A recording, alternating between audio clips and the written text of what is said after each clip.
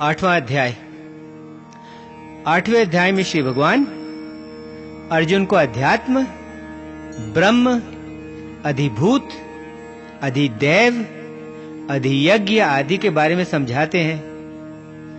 उसे यह भी बताते हैं कि मृत्यु के समय मनुष्य का ध्यान जहां रहता है, मृत्यु के बाद उसकी आत्मा वहीं पहुंचती है। वे परम गति और संसार से जाने के 2 मार्गों के बारे में भी बताते हैं। अध्याय। अर्जुन श्री भगवान से पूछता है, हे केशव, वह ब्रह्म क्या है? अध्यात्म क्या है? कर्म क्या है? अधिदैव किसे कहते हैं? तथा अधियज्ञ क्या है? और जिस व्यक्ति ने अपने आप को वश में कर लिया है, वह मृत्यु के समय तुम्हें कैसे जान पाएगा? श्री भगवान समझाते हैं, सुन पार्थ, ब्रह्म तो परम सत्य है। ब्रह्म ही सभी जड़ चेतन अर्थात सभी अस्तित्वमयी वस्तुओं, इस सारी सृष्टि का मूल है। वह सबसे उच्चतर, परम और अनश्वर है। प्रत्येक जीव के शरीर में स्थित ब्रह्म को आत्मा कहते हैं और आत्मा के स्वभाव को अध्यात्म कहते हैं। कर्म उस सृजनशील शक्ति का नाम है जिससे सब वस्तुओं को अस्तित्व में लाया जाता है और जिससे उन्हें परिवर्तित किया जाता है। अधिभूत नश्वर भौतिक जगत है जिसमें सब सृजी गई वस्तुओं का नाश या अंत होता है। अधिभूत का आधार परिवर्तनशील प्रकृति है। अधिदैव जीव में रहने वाली दैवी आत्मा है। उसका दैवी तत्व है जिसका आधार विश्व की आत्मा है।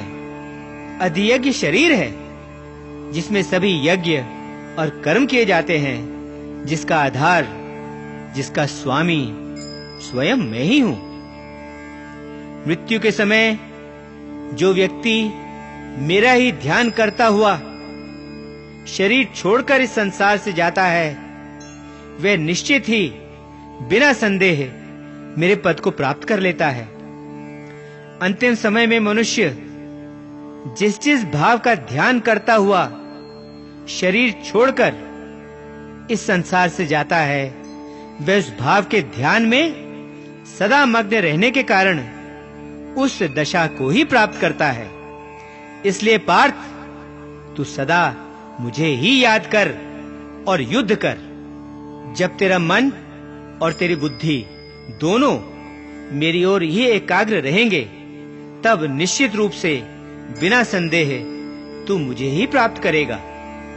जो व्यक्ति लगातार अभ्यास द्वारा चित्त को योग में लगाकर उस परम पुरुष का ध्यान करता है और अपने चित्त को कहीं भटकने नहीं देता, वह अवश्य ही उस दिव्य और सर्वोच्च पुरुष को प्राप्त कर लेता है।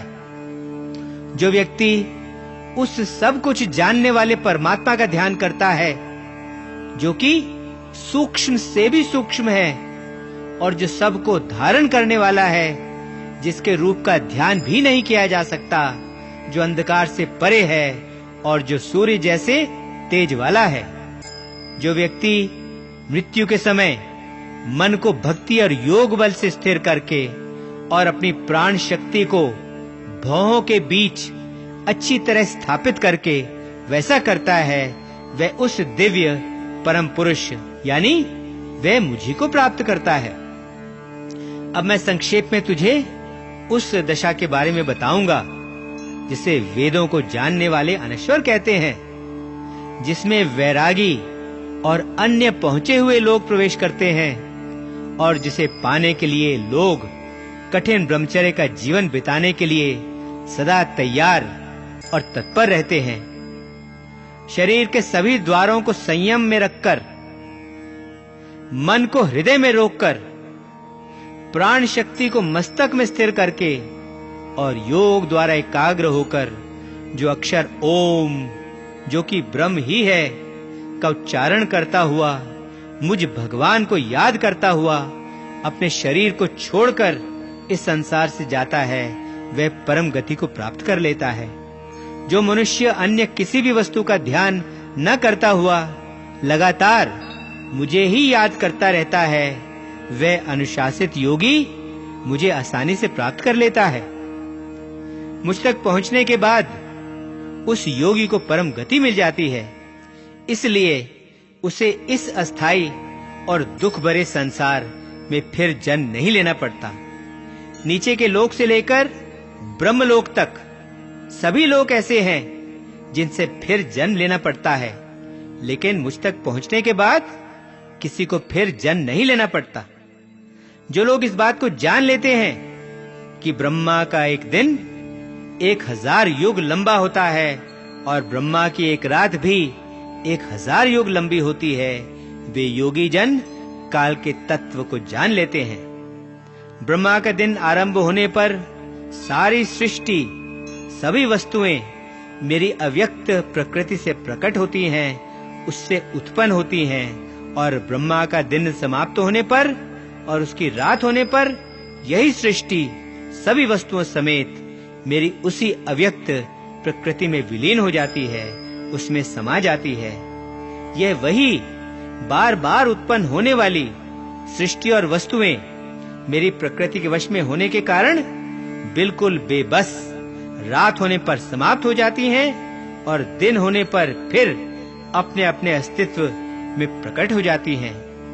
लेकिन इस व्यक्त और अव्यक्त से भी परे एक और अव्यक्त अस्तित्व है जो अमर है और जो सभी अस्तित्व में आई वस्तुओं के नष्ट हो जाने पर भी नष्ट नहीं होता।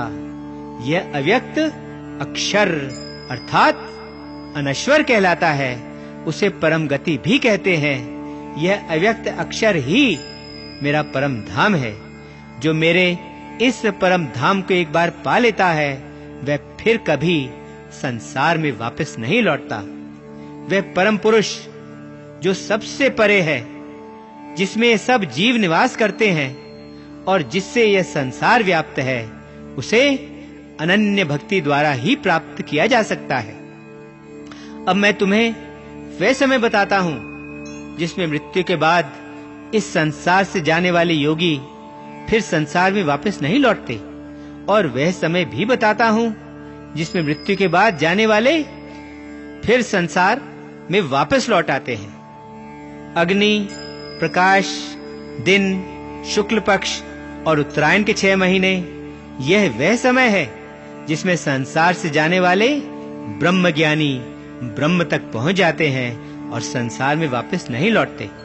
धुआं, अंधकार, रात्रि, कृष्ण पक्ष और दक्षिणायन के 6 महीने, यह वह समय है जिसमें संसार से जाने वाले चंद्रमा की ज्योति को प्राप्त करके संसार में वापस लौट आते हैं। मृत्यु के बाद संसार से जाने के केवल यही 2 मार्ग हैं, प्रकाश में और अंधकार में। एक से जाने वाला संसार में वापस नहीं लौटता, जबकि दूसरे से जाने वाला संसार में वापस लौट आता है। जो योगी इन दोनों मार्गों को जान लेता है, वह फिर कभी किसी भ्रम में नहीं पड़ता। इसलिए पार्थ, तू योग में ही जुटा रहे। यह सब जान लेने के बाद योगी वेदों के अध्ययन, यज्ञ, तप और दान के पुण्य से मिलने वाले फलों के भी परे पहुंच जाता है और वह सनातन परम पद को प्राप्त कर लेता है। 8वां अध्याय समाप्त। ओम शांति शांति शांति। ओम।